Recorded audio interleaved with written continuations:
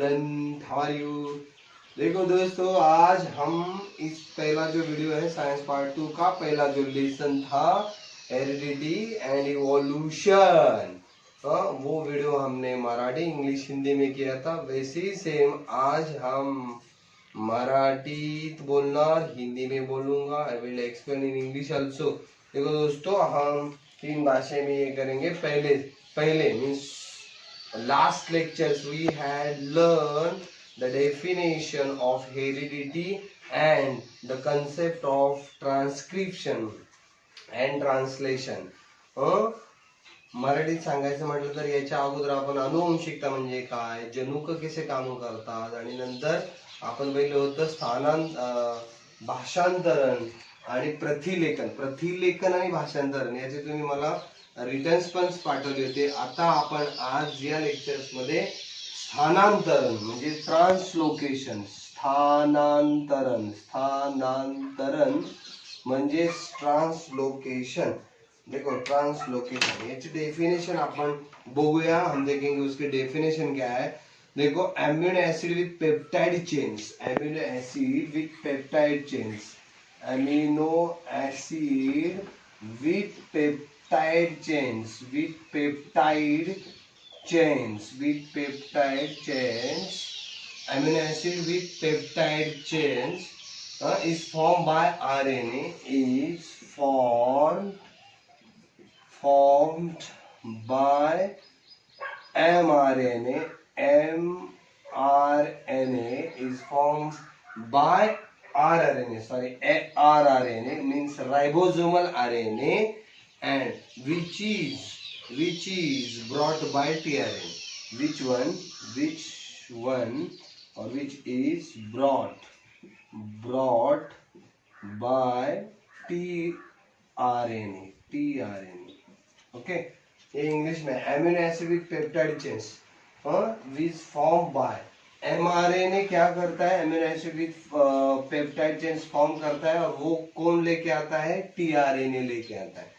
म्हणजे मराठीत सांगितलं तर tRNA कडून घेऊन आलेले अमिनो ऍसिडची पेप्टाइडची शृंखला अमिनो ऍसिड बरोबर घेऊन आलेल्या पेप्टाइडची संख्या कोण घेऊन येतोय, tRNA घेऊन येतो, आणि rRNA म्हणजे रायबोसोमल RNA म्हणजे ही शृंखला तयार होते। बघा, अमिनो ऍसिडची पेप्टाइडची शृंखला tRNA घेऊन येतो आणि rRNA म्हणजे ती तयार करतो, काय तयार करतो, अमिनो ऍसिडची पेप्टाइड शृंखला।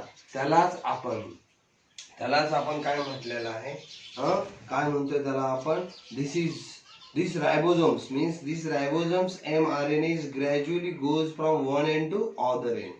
हा mRNA काय करतो, एक अंतर सरकत जातो एका टोकाकडून दुसऱ्या टोकाकडे, and this one by one triplet codon process is known as translocation. Repeat again these questions. The time ribosomal mRNA, this time means जब ये लेके आता है tRNA, ये जो अमीनो एसिड की पेप्टाइड चेन, उस वक्त means this time ribosomal mRNA is gradually goes from one end to other end by one triplet codon. This process is known as translocation. याचं मराठीत जर आपण बोललो तर भाषांतरण म्हणजे काय, तर भाषांतरण म्हणजे असं म्हणता येईल, या दरम्यान रायबोसोमलच्या एका टोकाकडून दुसऱ्या टोकाकडे ट्रिप्लेट कोडॉन सरकत जातो, आणि या सरकण्याच्या प्रक्रियेला आपण काय म्हणतो, स्थानांतरण। काय म्हणतो त्याला आपण, स्थानांतरण म्हटलं जातं, म्हणजे त्याला इंग्लिश मध्ये ट्रान्सलोकेशन असं म्हटलं जातं। बघा, therefore due to this combination of proteins change the many complicated proteins are, या शृंखला होत असताना, क्रिया होत असताना खूप अशी प्रथिने तयार होत असतात, खूप अशी संश्लिष्ट प्रथिने तयार होत असतात। Due to this combination protein chains what happen, the many complicated proteins, खूप अशी प्रथिने। आता आपण इथे बघितलं ना, हे प्रोटीन्स जे आहे त्या RNA दिसते, याच्यामध्ये खूप प्रोटीन आहे आणि तयार होत असतात, खूप प्रथिने तयार होतात. Many proteins are form. So we know that living things due to the gene, the same identical new young ones are from produce its own. म्हणजे लिव्हिंग थिंग्स म्हणजे सजीव त्याच्यासारखाच एक सजीव निर्माण करतात आणि त्यांच्यासारखाच एक सजीव निर्माण करण्याची प्रक्रिया म्हणजेच आपण त्याला काय म्हणतो, आपण ते सजीवाचे लक्षण आहे की त्याच्यासारखाच एक दुसरा सजीव निर्माण करतो, बरोबर. म्हणून पण काही वेळेला काय होतं की त्याच्यासारखाच एक सजीव दुसऱ्या पिढीमध्ये थोडासा बदल होतो, आहे की नाही, थोडासा बदल होतो. जसं की आपण बघतो की एखाद्या मांजराची पिल्ल आहे, ही एक काही सगळेच काही अशी पांढरी होत नाही, एखादं काळं होतं, बरोबर. हे थोडासा चेंज होतो, लक्षात येते.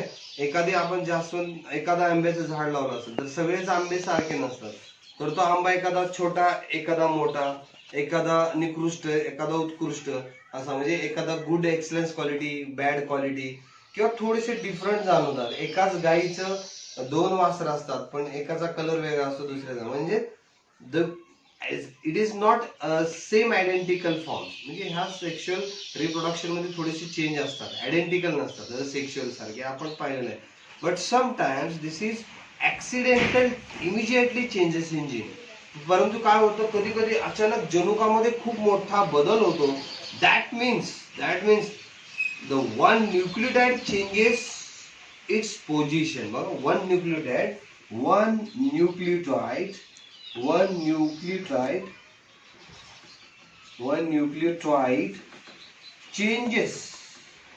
Changes its position.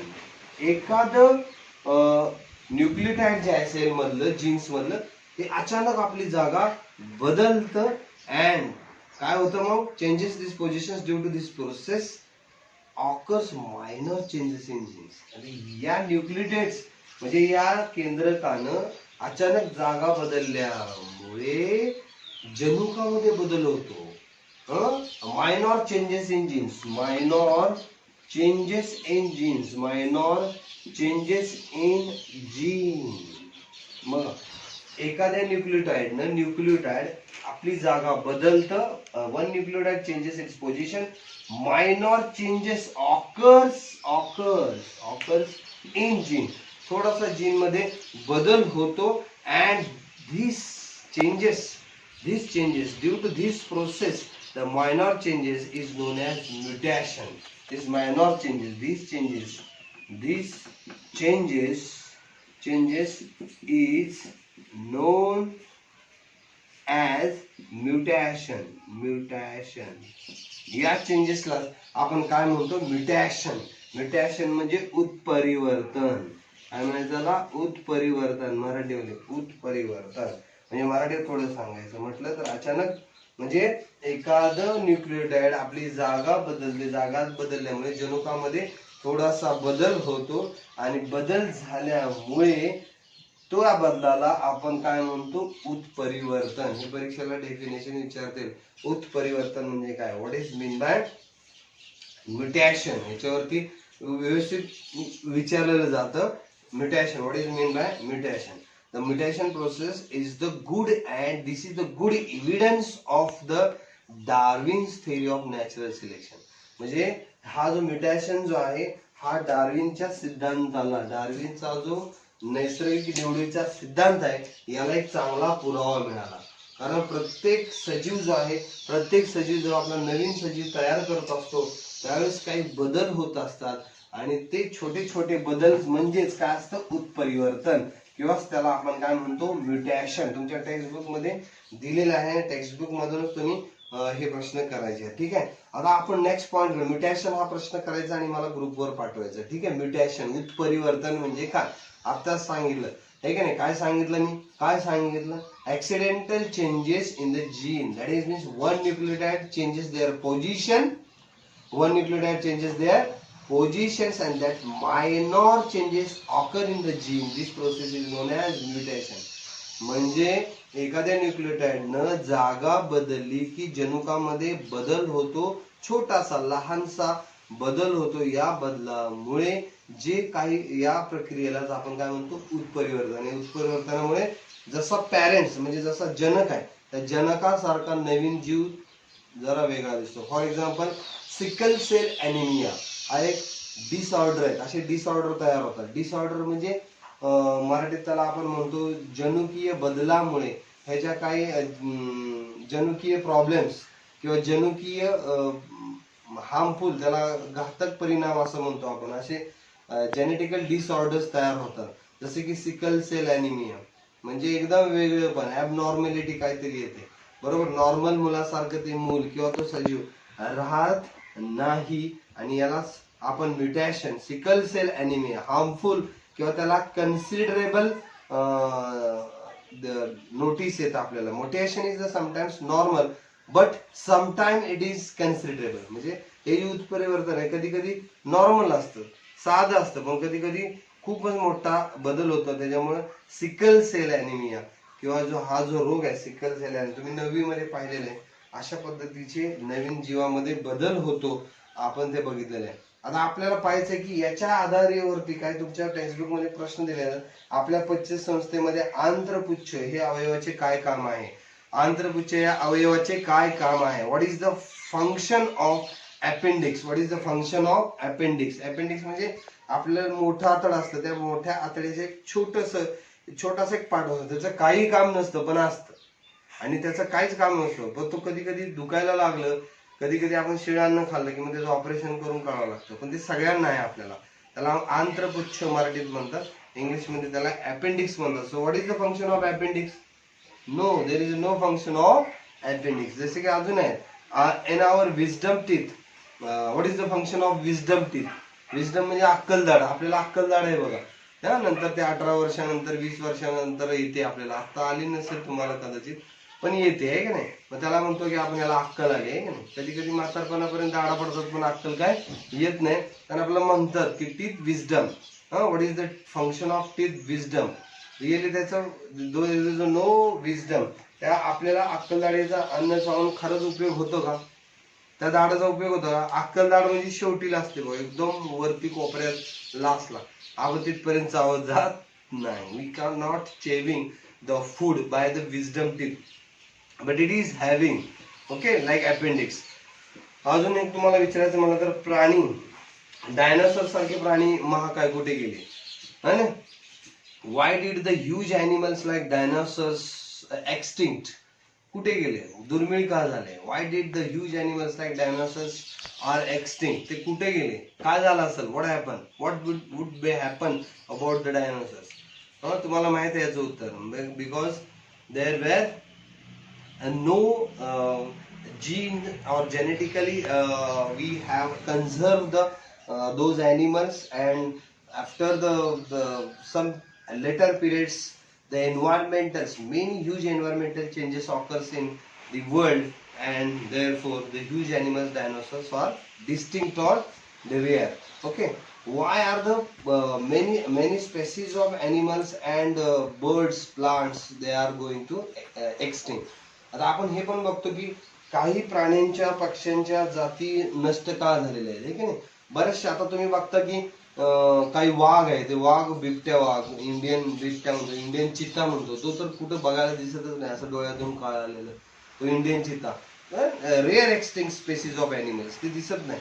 पण काही चिमण्या आपण बघतो, पुणे मुंबईत चिमण्याच दिसत नाही, पण काही ठिकाणी आहेत. आता काही ठिकाणी अशा चिमण्या आहेत की ते आपल्याला कधी दिसत नाही. मी एक तुम्हाला फोटो पाठवणार आहे. आमच्या गावाला, आमच्या आईच्या तिथं, त्या घराच्या तिथं खूप अशी बाग आहे मोठी, आणि तिथे खूप चिमणी अशा येतात.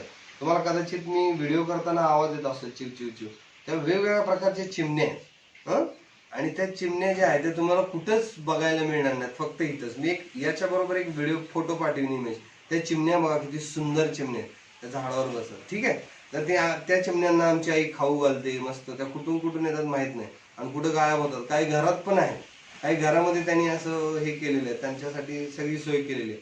तर अशा पद्धतीचे प्राणी व पक्षी वगैरे काही दुर्मिळ झालेले आहेत. तर त्याची बरीचशी कारणं आहेत. आता चिमण्या का दुर्मिळ झाले आपल्याला माहिती आहे. मोबाईलचे टॉवर्स, प्रदूषण, पॉल्युशन है ना. These are the many reasons of the decline or extinct of the birds from the here, because many population is increased, pollution is increased, deforestation, many reasons are there. Okay, and we had not conserved the decline rare species. That is the main reason. If we would have decline or conserve the many species, then it would be seen here. त्या दिसल्या असत्या. आपण जर त्याचं conservation जर केलं असतं तर आपल्याला संवर्धन केलं असतं. कन्झर्वेशन म्हणजे संवर्धन जर केलं असतं तर ते आपल्याला दिसले असते. मित्र दुसरा पॉइंट आहे इव्हॉल्युशन. आपण जाऊया इव्हॉल्युशन. इव्हॉल्युशन कसे झाले, हा उत्क्रांती कशी झाली, या प्राण्यांची, पक्ष्यांची, सजीवांची उत्क्रांती. तर आपण उत्क्रांती, इव्हॉल्युशन कैसी हो गई. What is evolution? Evolution means it occurs extremely gradually, suddenly changes in living things. Extremely gradually occurs changes in living things. हळूहळू आणि तीव्र पद्धतीने हळूहळू बदल होत गेला. कुणाच्यात होत गेला बदल? Extremely gradually changes. Evolution gradually changes in living organism. Living things मध्ये हळूहळू बदल होत गेले आणि हे बदल व्हेरियस आहेत. All changes are various. All changes are various. Various म्हणजे खूप भिन्न, वेगवेगळे. हे जे बदल आहेत ते वेगवेगळ्या पद्धतीचे होत गेले. मग आता कुठले चेंजेस? म्हणजे इव्हॉल्युशन, उत्क्रांती म्हणजे काय सांगते ते की सजीव परिसंस्थेमध्ये, पर्यावरणामध्ये जो सजीवामध्ये हळूवार पण क्रमाक्रमाने जो बदल होत गेला. उत्क्रांती म्हणजे सजीवामधील सावकाश होणारा व क्रमिक बदल. सावकाश व क्रमिक बदल. मराठीत म्हटलं तर सावकाश, ग्रॅज्युअली इंग्लिश मध्ये झाला म्हणतो. सावकाश व क्रमिक बदल. क्रमिक म्हणजे सिक्वेंटली. ग्रॅज्युअली बघा, ग्रॅज्युअली सावकाश म्हणजे gradually, gradually and sequentially changes in living things, that is known as evolution. Gradually and sequentially changes in the living things. All and these changes are various. हे सगळे बदल कसे होते? व्हेरियस, भिन्न प्रकारचे होते. मग all changes are various. 3.5 billion years ago the life had been not extinct on the earth. 3.5 अब्ज लक्षा वर्षापूर्वी, 3.5 billion years ago life had not been extinct on the earth. म्हणजे पृथ्वीवरती 3.5 अब्ज लक्ष वर्षापूर्वी कुठलाही सजीव अस्तित्वात नव्हता.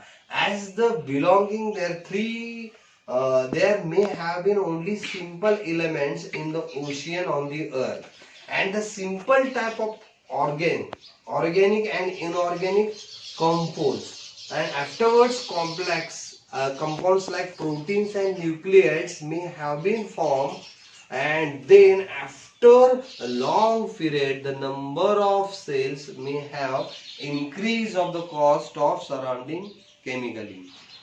म्हणजे मराठीत सांगायचं म्हटलं तर 3.5 लक्ष मिलियन म्हणजे लक्ष वर्षापूर्वी कुठली अस्तित्वात नव्हता. काही वर्षाने असे बदल झाले की समुद्रामध्ये असेंद्रिय आणि सेंद्रिय पदार्थ एकत्र आले आणि त्याच्यापासून एक या रासायनिक अभिक्रिया होऊन एक समुद्राच्या कडेनी, सागराच्या कडेनी एक रासायनिक द्रव्य, अशी गुंतागुंतीची रासायनिक द्रव्य तयार झाली आणि मग त्यातून एक प्रोटोप्लास्ट तयार झाला. म्हणजे जीवद्रव्य तयार फक्त समुद्रात झाले.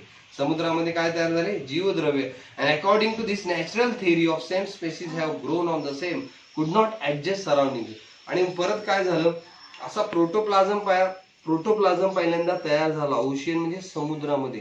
नंतर काय झालं? प्रोटोप्लाझम पासून तुम्हाला माहिती आहे युनिसेल्युलर अमिबा तयार झाला. पॅरामिशियम सारखे युनिसेल्युलर तयार झाले आणि हे युनिसेल्युलर पासून मल्टीसेल्युलर म्हणजे एक जीवापासून म्हणजे बहुपेशीय प्राणी तयार झाले. At present crores of species and animals with huge diversity animals present on the earth. आपण बघतो की आता खूपसे असे प्राणी आणि सजीव, मोठे मोठे महाकाय प्राणी आणि सूक्ष्म जीवापासून सगळे आता आहेत की अमिबा पासून व्हेल म्हणजे सगळ्यात मोठा प्राणी.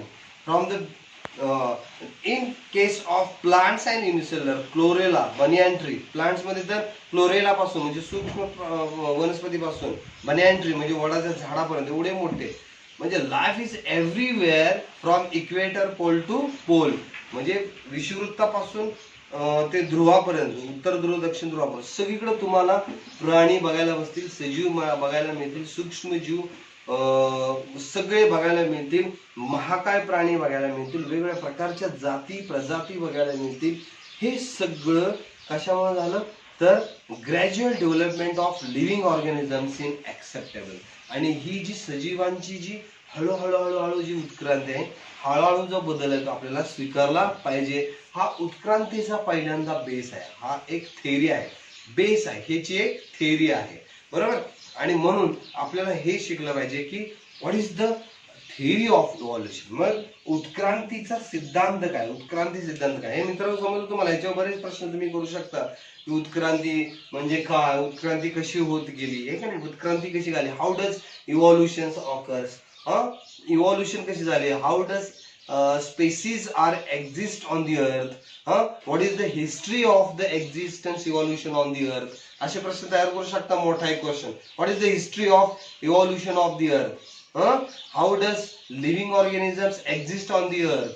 पृथ्वीवरती सजीव अस्तित्वात कसा आला, पृथ्वीवरती काय काय घडलं गेलं मग तो सजीव तयार झाला, हे तुम्हाला माहित आहे, बरोबर. आपण याच्यामध्ये अगोदर पण पाहिलं होतं की सूर्य एक दिवशी फिरत होता, वादळ आलं होतं, त्या वादळामध्ये सूर्य जोरात फिरताना म्हणजे तुकडे झाले की ते 10, 8, 9 तुकडे झाले, 9 तुकडे झाले, 9 ग्रह झाले, पृथ्वी एक झाला.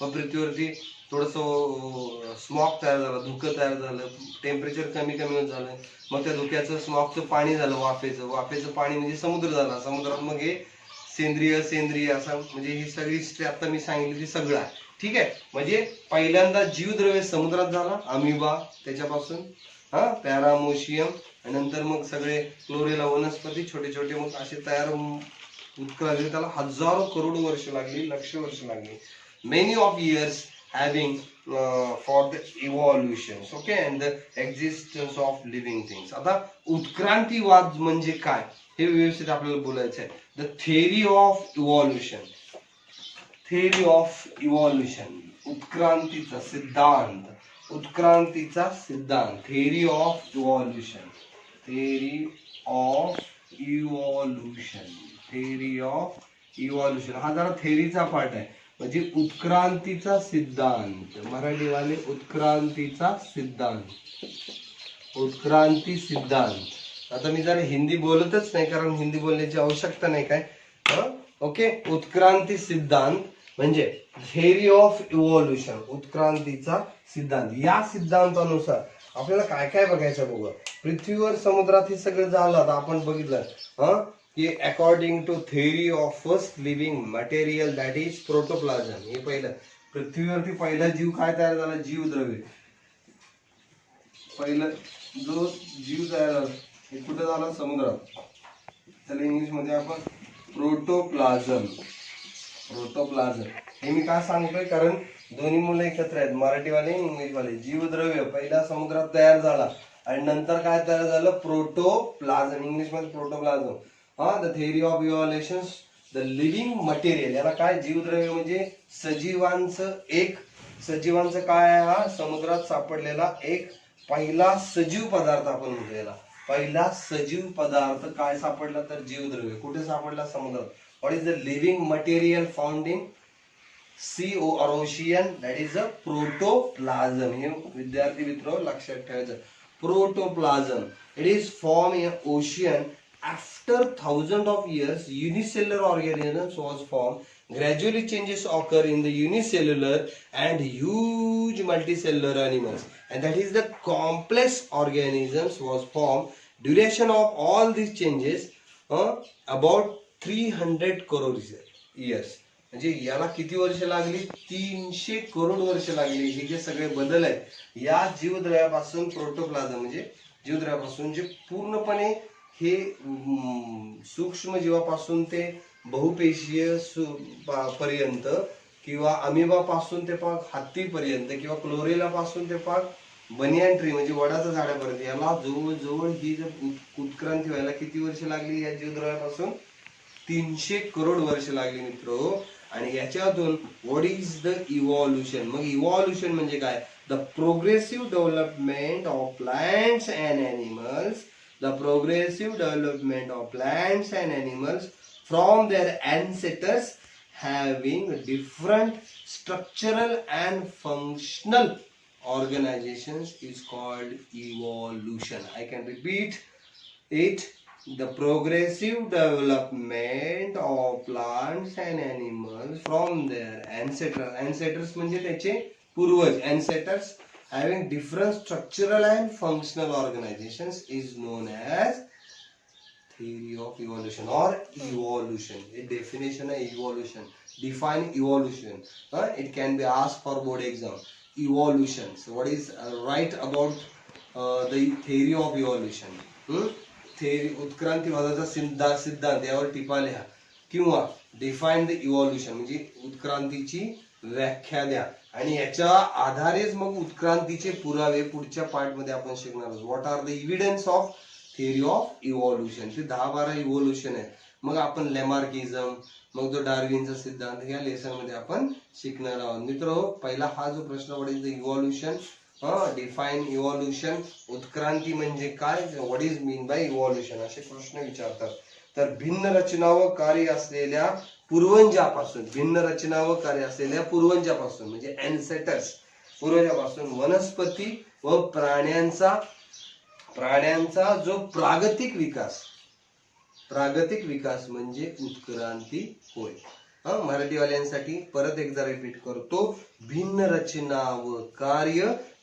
व कार्य असलेल्या पूर्वजापासून वनस्पती व प्राण्यांचा प्रागतिक विकास, प्रागतिक म्हणजे डेव्हलपमेंट, प्रागतिक विकास म्हणजेच काय म्हणायचं, उत्क्रांती होय. परीक्षेला विचारलं जाते उत्क्रांती कशी झाली. आपण याची हिस्ट्री बघितली. याच्या अगोदर आपण काय काय बघितलं, थेरी म्हणजे इव्हॉल्युशनच्या अगोदर म्युटेशन बघितलं. परीक्षेला विचारतात उत्परिवर्तन कसं होतं, आहे का नाही, जीन्स मध्ये काय बदल होतात, त्याच्यातून रोग कसे होतात, सजीवात बदल कसा होतो, what is the changes in the living organisms to the changes position of nucleotides. याच्या अगोदर सगळं बघितलंय.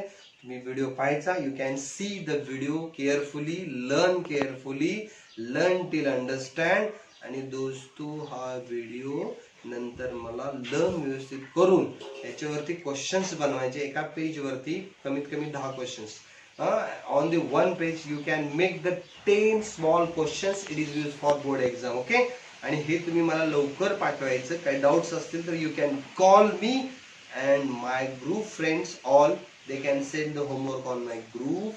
और बाकी के दोस्तों ये करने का क्या, लाइक कमेंट सब्सक्राइब भी करो मेरा वीडियो अच्छा लगा तो, क्योंकि बाकी के स्टूडेंट भी सुनेंगे दोस्तों. लॉकडाउन के पीरियड में अभी स्कूल कॉलेज कुछ भी चालू नहीं है, हम ऐसे कर रहे. अपने अपने दोस्तों को भी भेज दो ये वीडियो. देखो दोस्तों, और मेरे वाले स्टूडेंट, माझ्या ग्रुपच्या विद्यार्थ्यांनी मला होमवर्क पाठवायचा आहे आणि जर पाठवलं नाही तर मी लई वेड्यानी करीन. Okay, thank you. अरे मित्र, तुम्हाला मी म्हटलं होतं आता की का पक्षी दुर्मिळ झाले, चिमण्या आपल्याला बघायला मिळत नाहीत. बघा आता या चिमण्या मी तुम्हाला दाखवणार आहेत. आमच्या इथल्या चिमण्या, वेगवेगळ्या प्रकारच्या बर्ड्स. बघा, तुम्ही खूप आनंदित व्हाल.